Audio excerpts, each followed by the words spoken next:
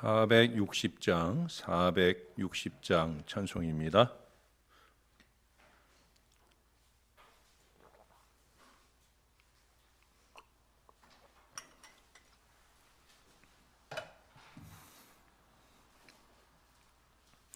뜻없이 무릎 꿇는 그 복종 아니요 운명에 맡겨 사는 그 생활 아니라 우리의 믿음 치솟아 독수리 날듯이 주 뜻이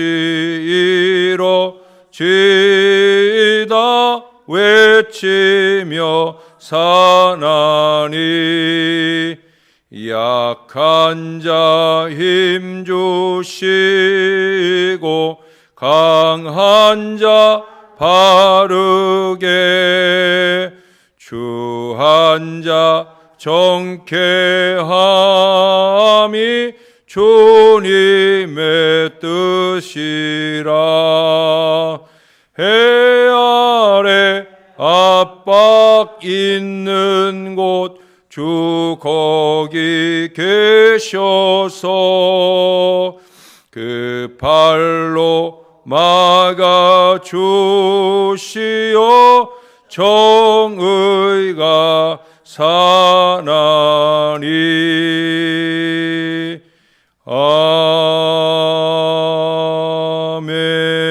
아멘. 그 다음 찬송 461장 찬송 한 장 더 하겠습니다. 십자가를 질 수 있나 주가 물어보실 때 죽기까지 따르오리. 성도 대답하였다.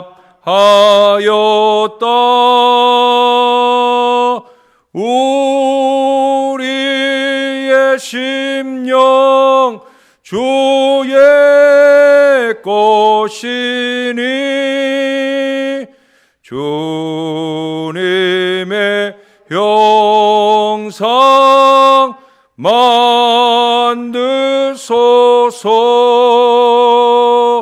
주 인도 따라 살아갈 동안 사랑과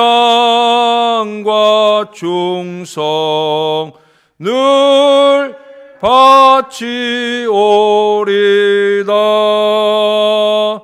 너는 기억하고 있나 구원받은 강도를 그가 회개하였을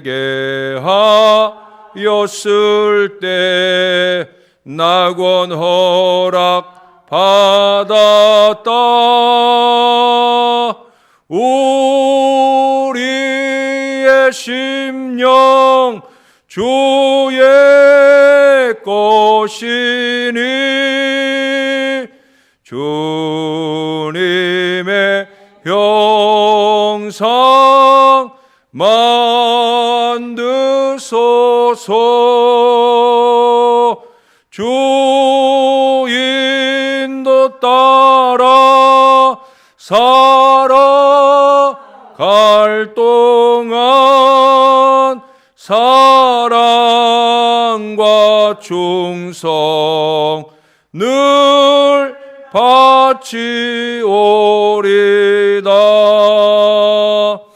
걱정 근심 어두운 그늘 너를 둘러 덮을 때 주께 내 영 맡기겠나.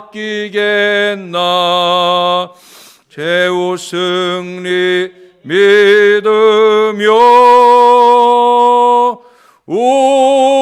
우리의 심령 주의 것이니 주님의 형상 만드소서. 주 인도 따라 살아갈 동안 사랑과 충성 늘 바치오리다.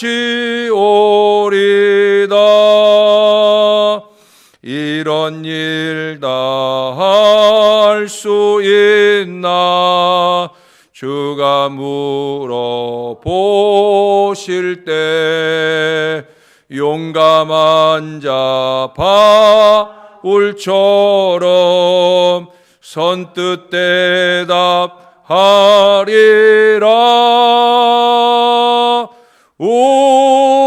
우리의 심령 주의 것이니 주님의 형상 만드소서. 주 인도 따라 살아갈 동안 사랑과 충성 늘 바치오리다.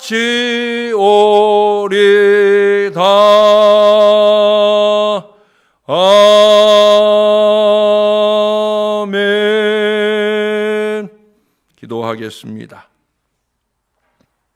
참 좋으신 아버지 하나님, 우리로 하여금 십자가 따라가는, 십자가 지고 가는 이 거룩한 신앙 안에 살게 해주시니 감사합니다. 세상만도 못한 인생을 사는 게 아니라 세상보다 나은 거룩한 신앙 인생을 살아야 하는 것임을 늘 잊지 않는 저와 모든 주의 자녀들 되게 하여 주옵소서. 주님이십니다. 이 땅에 주님이 어떻게 사셨는지를 늘 돌아보게 하시고 그 주님의 마음으로 세상에 살 수 있도록 사람들이 보거나 보지 않거나 우리는 주님이 우리를 향하시는 그 거룩한 정의를 실현해 가며 사는 우리 하나님의 자녀들이 되게 하여 주시옵소서. 감사합니다. 예수님 이름으로 기도합니다. 아멘. 예, 오늘은 이사야 42장으로 가겠습니다. 이사야 42장 1절에서 오늘 9절까지 말씀입니다. 1절에서 9절까지 오늘도 한 절씩 교독을 하고요. 9절의 말씀은 같이 읽겠습니다. 내가 붙드는 나의 종, 내 마음을 기뻐하는 자, 곧 내가 택한 사람을 보라. 내가 나의 영을 그에게 주었은즉 그가 이방에 정의를 베풀리라.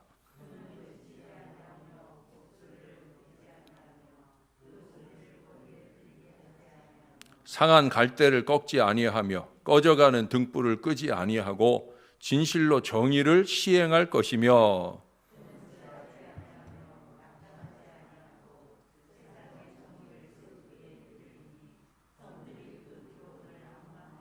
하늘을 창조하여 펴시고 땅과 그 소산을 내시며 땅 위의 백성에게 호흡을 주시며 땅에 행하는 자에게 영을 주시는 하나님 여호와께서 이같이 말씀하시되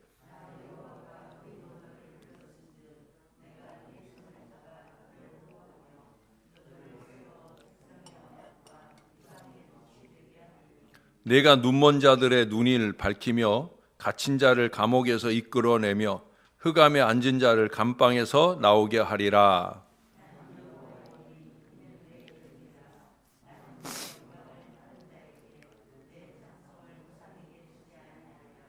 보라, 전에 예언한 일이 이미 이루어졌느니라.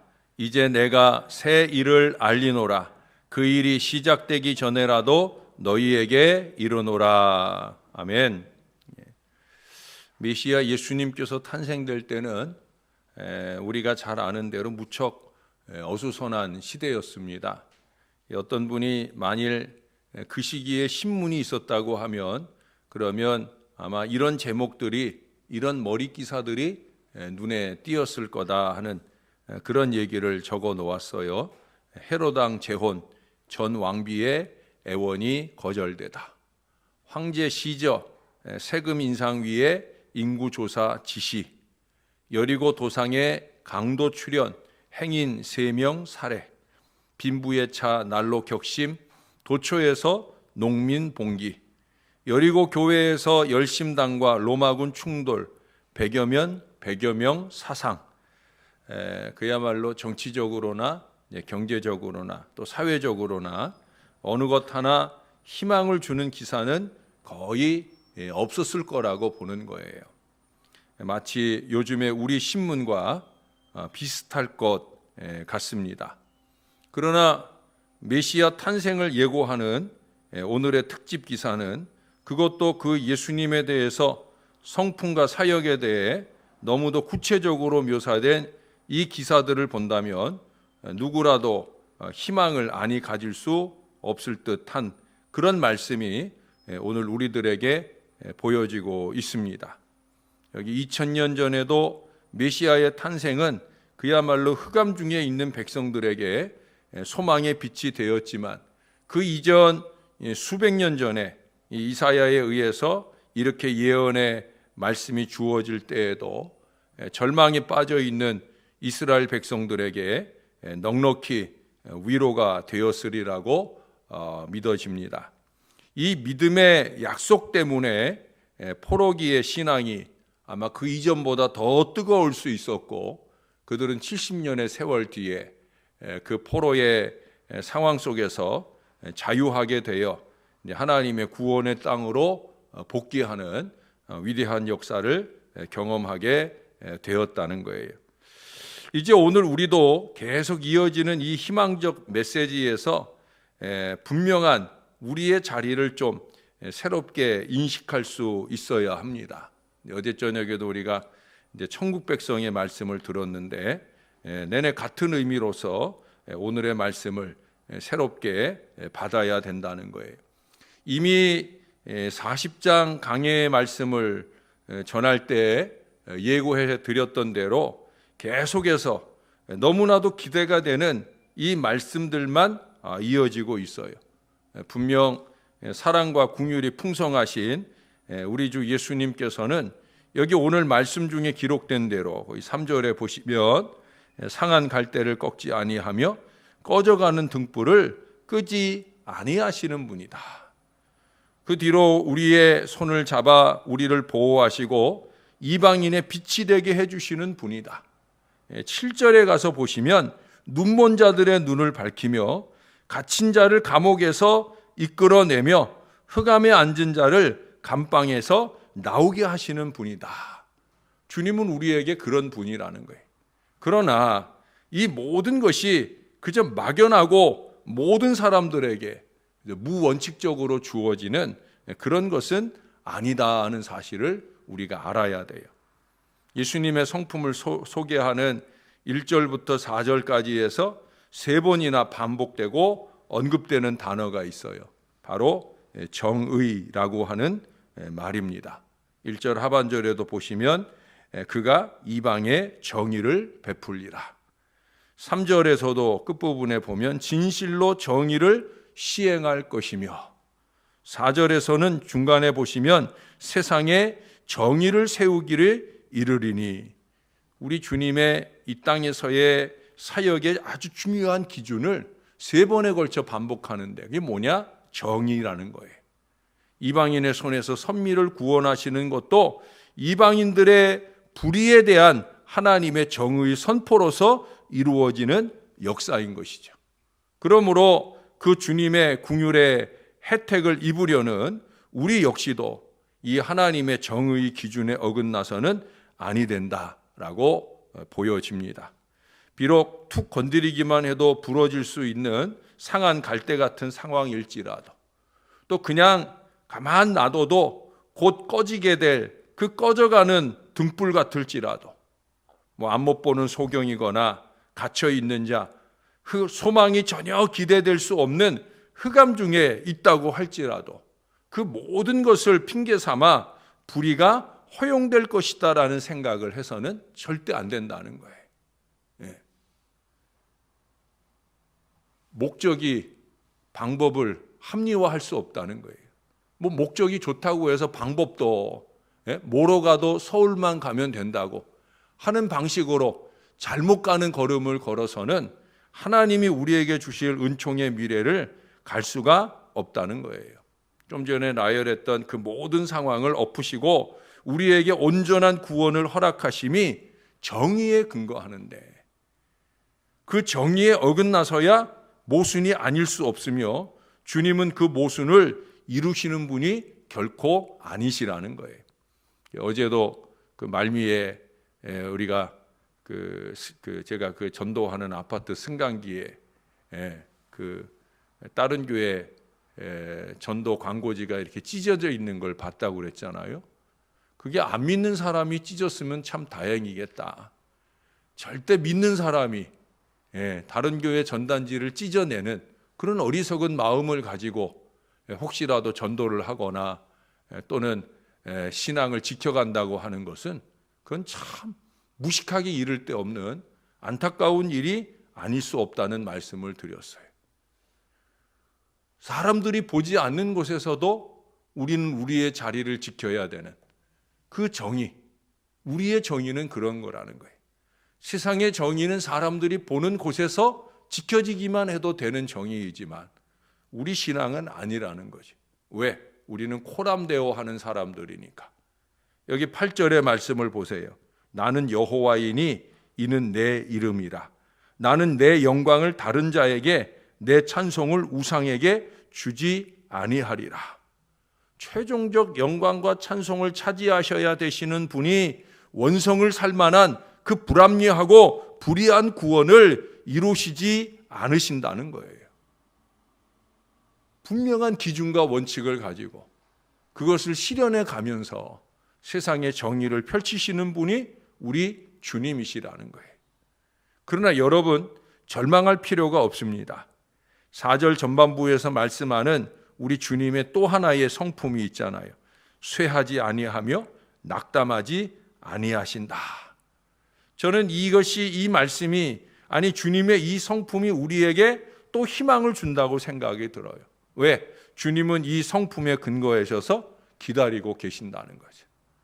우리 어리석은 인생들을 끊임없이 기다려 주시고 계신다는 거예요. 우리가 정의에 입각한 삶의 회복을 이루고 하나님께 매달릴 때까지 기다리고 또 기다려 주신다는 거예요. 바벨론 포로기의 때는 70년을 기다리셨어요. 이스라엘이 하나님 보시기에 만족할 만한 그 신앙의 회복을 이루고 그래 이제 그만한 신앙이면 내가 다시 본국에 이끌어도 되겠다라는 시기를 70년을 기다리셨다는 거예요. 출애굽 때는 40년, 광야 노중의 그 불신앙을 씻어버리고 훈련받는 40년 훈련의 기간을 기다렸어요. 40년뿐입니까? 그 이전에 출애굽을 시작하기 전에는 무려 430년의 기간 동안을 그들의 간구를 들으시며 그들을 기다려 주셨다라고 하는 거예요. 무엇보다 온 인류의 구원을 위해서는 수천 년을 기다리셨고 그리고 지금도 기다리고 계십니다. 계속 이어지는 이 희망적 메시지가 우리의 마음에 와닿지 않는다라고 하면 그 이유는 그저 내 삶이 안락하고 아무 문제가 없어서가 아니에요. 1절에서 말씀하시기를 하나님의 영으로 우리 주님께 충만하게 하시겠다고 말씀합니다. 이어서 5절에서는 땅에 행하는 우리에게도 동일한 약속을 주셔요. 하늘을 창조하여 펴시고 땅과 그 소산을 내시며 땅 위의 백성에게 호흡을 주시며 땅에 행하는 자에게 영을 주시는 하나님 여호와께서 이같이 말씀하시되 하나님의 영으로 충만하여 우리가 누가복음 3장이나 마태복음 3장에 보면 예수님이 세례받고 올라오실 때 그때 성령이 비둘기같이 그의 위에 임하시는 것을 보았던 얘기들을 적고 있잖아요. 하나님의 영으로 일하시는 주님. 근데 그 주님만 아니라는 거예요. 여기 땅에 행하는 저와 여러분에게도 우리 하나님께서 우리에게 호흡을 주시고 영을 주시는 이 거룩한 은혜를 채워 주신다라고 하는 거예요. 성령에 입각해서 추구하는 정의가 동일하게 우리에게 추구되어져야 된다는 거예요.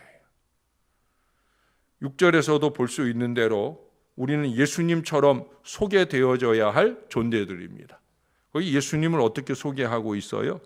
의로 너를 불렀은즉, 나 여호와가 의로 너를 불렀은즉 내가 내 손을 잡아 너를 보호하며 너를 세워 백성의 언약과 이방의 빛이 되게 하리니. 정의의 근거에서 우리 주님을 붙잡은 것처럼 정의의 근거에서 우리를 부르셨다는 거예요. 무엇을 하게 하시려고? 이방의 빛이 되게 하시려고. 우리를 부끄럽게 하시려고 부르신 것이 아니라 우리 때문에, 아까 8절의 말씀처럼 하나님의 영광을 가리게 하려고 부르신 것이 아니라는 거예요. 믿음으로 의롭게 된 자는 살리라 하는 이 구원의 원리 아래 사는 저와 여러분들은 우리에게 주신 이 의의 부름에 합당하게 사는 거룩한 백성이어야 된다는 거예요. 자랑스럽게 이방의 빛으로 우뚝 서야 될 존재라는 거예요. 사랑하는 여러분, 성령 충만을 근거로 하는 정의를 만족하는 삶을 살아야 됩니다. 성령 충만을 근거한 정의예요. 여러분 1절에 보면 또 9절에 보면 반복해서 나오는 단어가 있죠. 보라 하는 말이에요.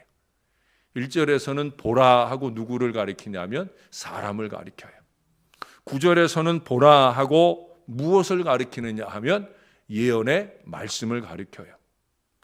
이 사람, 1절에서 말하는 사람과 9절에서 말하는 이 말씀과 서로 다른 것이 아니라는 거예요.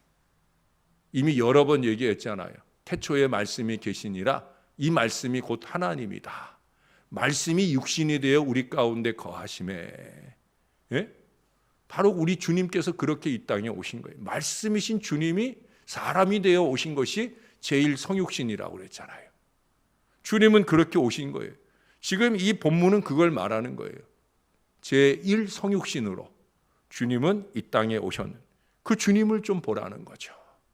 소망의 예언이 성취되는 사람으로 주님은 성육신하여 이 땅에 오셨어요. 그것은 또한 우리의 사명이기도 해요. 이 소망의 말씀이 실현되는 그런 사람으로 우리가 쓰임 받을 수 있어야 된다는 거예요. 하나님의 약속의 성취를 가로막는 불의, 악독의 사람은 하나님의 사람이 아닙니다. 어쩌녁에 말씀 들은 대로 우리는 천국 백성이잖아요. 절대 이것을 잊지 않고 사는 제2의 성육신. 제2의 성육신은 뭐라 그랬어요? 말씀이 우리의 삶이 되는 제2의 성육신을 이루며 사는 신앙 인생이 되어야 되는 거예요. 그게 하나님이 성령 충만한, 하나님이 원하시는 성령 충만한 정의예요. 거룩과 정의가 서로 다르지 않은 그것이 제2의 성육신입니다. 여러분, 사람이라는 글자를 여러분들이 이렇게 스마트폰이나 아니면 컴퓨터 자판으로 이렇게 치다 보면 사의 아자나 람의 아자가 이제 반복되다 보니까 저는 이 라의 아자를 가끔 놓칠 때가 있어요. 그러면 뭐가 돼요? 삶이 돼요. 삶. 아자가 하나 뒤에 게 빠져버리면 삶이 돼요. 사람이라는 건 뭐냐? 삶을 제대로 살아야 되는 거예요. 예수 믿는 사람은 어떤 삶을 살아야 되느냐? 말씀을 삶으로 사는 사람이 되어야 된다. 그것이 정의예요. 저와 여러분에게 있어서의 정의는 세상의 기준과 다르다는 거예요. 우리의 정의는 말씀과 말씀을 삶으로 살아내면 그러면 자연스럽게 정의가 되는 거예요. 저나 여러분들이 더 성령 충만하고 그 충만한 은혜 안에 이 말씀이 저와 여러분의 삶이 되어서 그렇게 세상 가운데 주의 빛을 드러내는 그런 거룩한 주의 자녀들이 다 되실 수 있기를 우리 구주 예수님의 이름으로 간절히 축원합니다. 기도하겠습니다. 좋으신 아버지, 오늘도 아버지 은혜를 감사합니다. 우리의 구주 예수 그리스도를 이 땅에 보내시되 정의의 구주, 성령 충만한 구주로 이 땅에 보내셔서 그 주님을 따라가야 하는 우리가 어떤 신앙 인생을 살아야 될지를 잘 말씀해 주심을 감사합니다. 주님이십니다. 우리가 의지하고 따라갈 우리의 주님이십니다. 온전하신 주님만 믿고 의지하며 살아야 될 바로 그 신앙이 저와 이 모든 자녀들에게 넘쳐나게 도와 주시옵소서. 우리는 천국 백성입니다. 산상수훈의 말씀을 우리의 삶 가운데 이루어 가야 할 거룩한 백성들입니다. 우리가 육신적인 생각과 의지로는 이룰 수 없는 삶입니다. 성령 충만해야 됩니다. 성령이 나를 주장하시는 은혜로운 신앙 인생을 살 때에야 우리는 제2의 성육신하는 이 거룩한 역사를 이룰 수 있습니다. 주님, 우리에게 성령을 부어 주옵소서.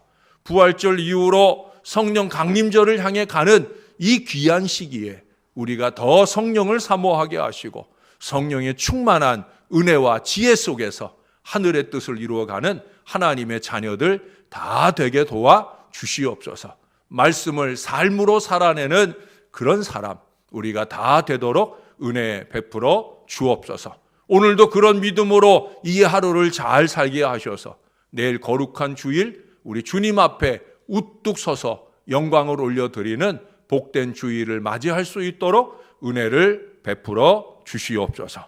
우리 주님 감사합니다. 우리의 구주 되시는 예수님의 이름으로 기도합니다. 아멘.